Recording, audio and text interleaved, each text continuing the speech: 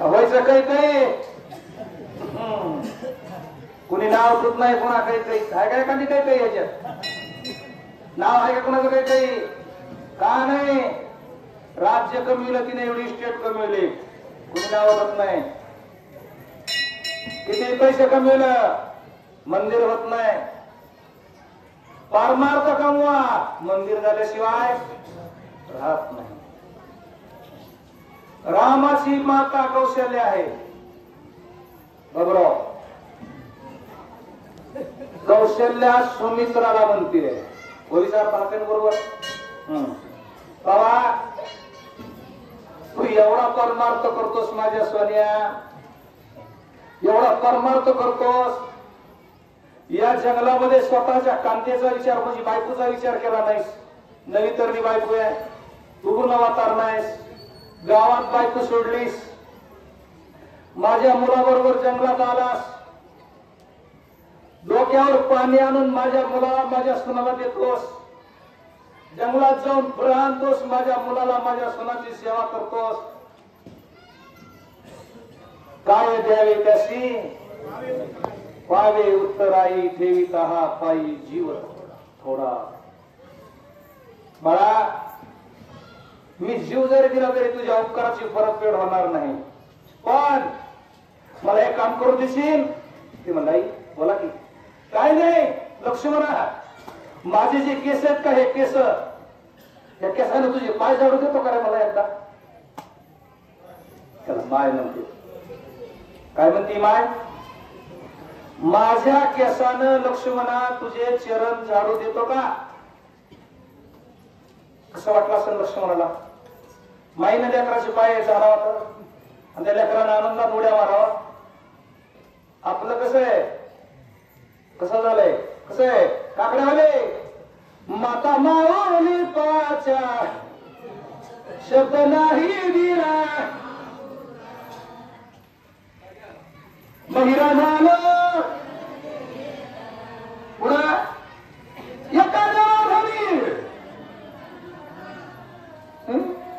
साधू संतांची निंदा, हरिभक्ताची तेने वाचा, म्हणून मुका झालो. बघितलं का हरिकामचा काकडा इकडे महाराज. आपण माईनं हाक मारली तर माग बघत नाही. मग आपली अवस्था कशी होती? गेले इंद्रिय हात पाय,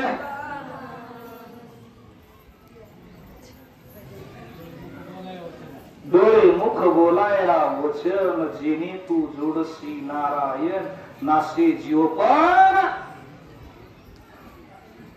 अरे माय बापाने सुद्धा तेवढी माया यावा, जेणे केल्या करणं तेवढं आदर आतिथ्य करावा. तर बोलू म्हाताऱ्या माय बापाले काय लागत नाही छगन महाराज, काय लागत नाही. बाजारावर आणलेली पिशवी फक्त माई जवळ द्यायची, माय घेऊन सुनाजवळ देते. पण माईचं अंतकरण एवढं होत आहे. पण आम्ही असल्या खोडीचे बाजारावर आणलेली पिशवी आधी बायको जवळ, बाईक उचलती सांगली ठेवते फ्रीज मध्ये. माय म्हणती काय आणले रे बाबा? बायको तिकडून डोळे वाटवती. माकड जैसे दारोड्याचे, मना येईल पैसे नाचे. अरे आम्ही एवढं सुद्धा स्वातंत्र्य ठेवणार आहे. माय बापाने काय लागत नाही, लोकांनी बस होते अटकावले, गेलं बस लागत नाही. तुम्ही आल्याला बोला त्यांचं पोट भरल्याचे राहणार आहे. म्हणला पैसा नलगे, रुपया नलगे, नलगे कवडी नमडी काय लागत नाही. फक्त बोला, पण बोलायलाच आम्हाला टाइम नाही. माय बापाने बोलायला टाइम नाही. मला पुढचं नाही सांगायचं. आमच्या कौशल्याने एवढं अंतकरण मोकळं केलं, डोळ्यातून पाणी. लक्ष्मणा तुझे पाय धुवते रे, मला पाय धुवते. लक्ष्मण म्हणला आई मी काय रामावर उपकार करीत नाही. अरे भक्तानं देवाची सेवा केली म्हणजे भक्ताचा उपकार आहे नाही. पत्नीनं पतीची सेवा केली म्हणून पत्नीने उपकार नवरा केलाय नाही केला. काल परवा एका पतिव्रता माऊलीची पुण्यतिथी झाली. कोणत्या? सावित्रीबाई फुले. सावित्रीबाई फुले 2 मिनिटं घेत होता. ज्या सावित्रीनं वडाला एवढं घालून पती जिवंत केला तिला आहे म्हणायचं होतं. कसं म्हणायचं होतं? तिला आहे म्हणायचं होतं. माझी सावित्रीबाई फुले म्हणजे मला आहे म्हणायला नको आहे. बघा आपल्या लोक उद्या सगळं लावा. मी काय म्हणतो त्याच्यावर. सावित्रीबाई फुले म्हणे मला आहे मरण नको. का? मी आहे मरण आणि माझा नवरा कोणाच्या दारात ताट घेऊन उभा राहील. त्याच्यासाठी मरण कसं आहे याची मला गरज नाही. पण माझा जो पती तो परमेश्वर आहे. माझा परमेश्वर दुसऱ्याच्या दारात कटोरी घेऊन उभा राहणार पाहिजे. या मेल्यानंतर किती दिवसाला मरू दे पण माझा पती आहे तोपर्यंत मी त्यांची सेवा करायला जिवंतच पाहिजे. तिचं नाव सावित्रीबाई फुले. आज आपल्या सगळ्याची माय ही ज्ञानाची विद्या दिली. माता मावळ्या रामायण वाटतात का? आपल्या सगळ्याची माय आहे ती. तिने जर ज्ञानाचा दिवा आणि घरोघरी लावा म्हणली असती तर आपण हे रामायण नाही पुराण नाही काही सुद्धा वाचू शकलो नसतो. ती माझी कौशल्य माता आहे. अरे उपकाराची फेड उपकाराने करायचं शिका. उपकार केल्यावर आम्ही उपकार करायला लागलो. लक्ष्मणाचं अंतकरण भरून आलं. काय म्हणला? लक्ष्मण म्हणे आओ माते मी तव दूत तुझे पोसणे ते माझा उदरे श्री रघुनाथे नाते वंदिले. लक्ष्मणानं सांगितलं आई तुम्ही मला म्हणा. अरे जगात कुणाचे उपकार माणूस फेडू शकल पण माय बापाचे उपकार कधीच फेडणार नाही. भेटते जगात मूर्ती नाही कोणासारखी. आई तुझ्या मूर्तीवाणी या जगात मूर्ती नाही. हा अनमोल जन्म दिला गाई तुझे. तुम्ही काहीच बोलू नका फक्त माझ्या भावाकडे बोला. ध्यानात काय बोलायचं. कधीही उपकार फेडू शकत नाही. सांगतो मला नाही सांगायची सवय. आज सांगत लांब होत. चतुर बिरबल राजाला ज्ञान शिकवणारा बिरबल या दिवशी आई लावला. आई मला तुझ्या उपकारातून उत्तीर्ण व्हायचंय. ती म्हणली बाळा माईच्या उपकारातून लेकरू कधी उत्तीर्ण होत नाही आणि व्हायचा प्रयत्न करू घे नको. आईचे उपकार असेच असते तुम्हाला होणार. ती म्हणजे आज संध्याकाळी बिरबलाला 10 वाजता बिरबल झोपला. फुलणे महाराज माझ्याकडे शिद्या 10 वाजता झोपला. आईने 11 वाजता हाक मारली म्हणली बिरबल पाणी दे रे. 11 वाजता पाणी दिलं. पुन्हा बस झोपला. पुन्हा 12:30 वाजता म्हणली बिरबल पाणी दे रे. 12:30 वाजता पुन्हा झोपला. पुन्हा 1:30 वाजता हाक मारली म्हणली बिरबल पाणी. 1:30 वाजता झोपले. पुन्हा 2:30 वाजता हाक मारली म्हणली बिरबल पाणी. 2:30 वाजता झोपले. पुन्हा 3:30 वाजता हाक मारली म्हणली बिरबल काय पाणी. बिरबल म्हणला आई तू मुद्दाम त्रास द्यायला लागलीस. रात्री जर 5 वेळेस मला उठविलंस तर दिवसभर त्या राजाच्या दरबारात उभा राहायचंय. तू मुद्दाम त्रास द्यायला लागली. म्हणली बाळा मी तुला सांगितलं होतं माझा उपकार तुझ्याकडनं फिटणार नाही. तो एका रात्रीतून 10 वेळेस माझ्या हातरुणावर शी करीत होतास. माझ्या हातरुणावर सू करीत होतास. बाळा तुला कोरड्या हातरुणावर मी झोपवीत होते आणि त्या वल्या हातरुणावर मी झोपत होते. मी झोपले का नाही माझा विचार तू करीत नव्हतास. माझ्याकडून उपकारातून उत्तीर्ण होशील कधीच नाही. लक्ष्मणाने सांगितलं आहे तुझ्या उपकारातून उत्तीर्ण होण्यासाठी नाही. मी तुझा अपत्य आहे. मी तुझं लेकरू आहे आणि तुझ्या लेकराची सेवा करतोय. हा माझा धर्म सांभाळतोय. तुझ्यावर उपकार करीत नाही. सुमित्रे वंदने सुमित्रा तिने आलिंगिले निज पुत्रा हे म्हणे तो उदरने उभय पितरा श्रीरामचंद्रा शिवने. आता लक्ष्मणाची जन्मदिनाची बायको आली. लक्ष्मणाने सुमित्रेचं दर्शन घेतलं.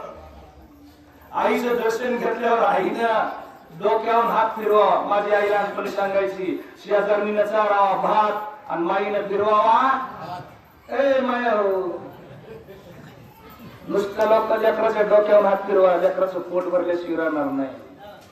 शेजारणीनं किती बी खाऊ घालू द्या, त्यानं माणसाचं पोट भरत नाही. सुमित्रीनं डोक्यावर हात फिरला, उचललं, हृदयाच्या ठिकाणी लिकरू धरलं पाठी आणि विचारलं, बाळा झोपतोस का तू? काही विचारलं, तू झोपतोस का? मला आई तुम्हाला दिलेला शब्द आहे, झोपत नाही. का म्हणून झोपत नव्हता लक्ष्मण माहिती तुम्हाला? सांगतो अजून, बरं सांगितलंय, अजून सांगतो. ज्यावेळेस वनवासाला लक्ष्मण निघाला, आईच्या दर्शनाला गेला, आई रामाबरोबर चाललोय. ती म्हणजे रामाबरोबर सीता आहे, तुझी बायको घेऊन जा. मला बायको घेऊन गेलो सेवा घडणार नाही. म्हणजे मग तुला तिकडे बायकोची आठवण येईल. म्हणजे येणार नाही. लक्ष्मणला येणार नाही. अरे बाळा, जागृत अवस्थेमध्ये नाही आली तर स्वप्नात तरी बायको तुला आठवण्याशी राहणार. एक ज्ञानेश्वरी तेवढी सांगू, माणसाला स्वप्नात सुद्धा बायकोची आठवण होऊ नये. स्वप्ने प्रिया पुढे तरुणांगी निदेवी चेवागी आणि अलिंगी नवीन अलिंगी सकामो करी. म्हणजे अर्थ म्हणजे आम्ही सांगितलं फक्त, जर स्वप्नात बायको आली का, पण माणसाची आईस्क्रीम स्वप्नात होती. ते मला आई स्वप्न कधी पडतंय? ती म्हणजे झोपी गेल्यावर. 14 वर्ष लक्ष्मण तुझ्या स्वतःसाठी झोपणार नाही. स्वप्नात कशी बायको नाही? अरे झोपलंही नाही, खाल्लं बी नाही आणि मग कामच नाही. तिथे रोजाचा कैसा नंबर कैसे भांडण. म्हणजे झोपलोस का? मला आई येतो 5-6 दिवस झाले, 14 वर्ष झोपणार नाही. शब्द दिलाय, प्राण जाये पर राईट. तुम्ही पुढचं म्हणे जा. सौमित्रे निगमाता सौमित्रे वंदिन्या समस्ता कौशल्याने गेले सीता पतिव्रता होसी सर्वता तुम्हाये. लक्ष्मणानं कौशल्याला नमस्कार केला, जन्म द्यायला आईला केला. राजा दशरथाला अजून किती बायका होत्या बडे महाराज? सांगतय ग्रंथ 700 होत्या. 700ची 700ला नमस्कार केला. नमस्कार केलेल्या 2 माताचा मोर्चा कोणाकडे गेला? सीतामाईकडे गेला. सीतेच्या चेहऱ्याकडे कौशल्यानं बघितलं. मी 15 दिवसाला काहीतरी सांगितलं होतं. आताच्या सुना सासूला आई काय मम्मी का आई म्हणायला लागल्यात. अरे आई म्हणल्यानं आई होत नाही, तर आईच असावं लागतंय. कौशल्याच्या डोळ्यातून सुनाला बघितल्यावर पाणी आलं, गळ वाहायला लागलं. अरे कमळाच्या फुलासारखी माझी सून वनामध्ये माझ्या मुलाच्या सुखदुःखात सहभागी होण्यासाठी आली आहे. सीतेला वनवासात जायचा शब्द होता काही काहीचा नाही, पण पती दुःखामध्ये पती होता, तिची पतीची आवडता अनुसरण पतिव्रता. अरे जो पतीला दुखात आहे, पत्नीने दुखात राहायला पाहिजे. पती सुखात आहे, पत्नीचं सुख तेच आहे. आणि माझी सून माझ्या मुलासाठी वनवासात आली आहे. त्या सुनाचा चेहरा बघितला, गळगळ पाणी डोळ्यात व्हायला लागलं. पण कोण मिठी सीतेला मारली, माझ्या हरणी माझी हरणी गुंतली सकवणे राणी. हे का सीतेने हाताला लोट आणल्याने वंदिने सौमित्रे केचे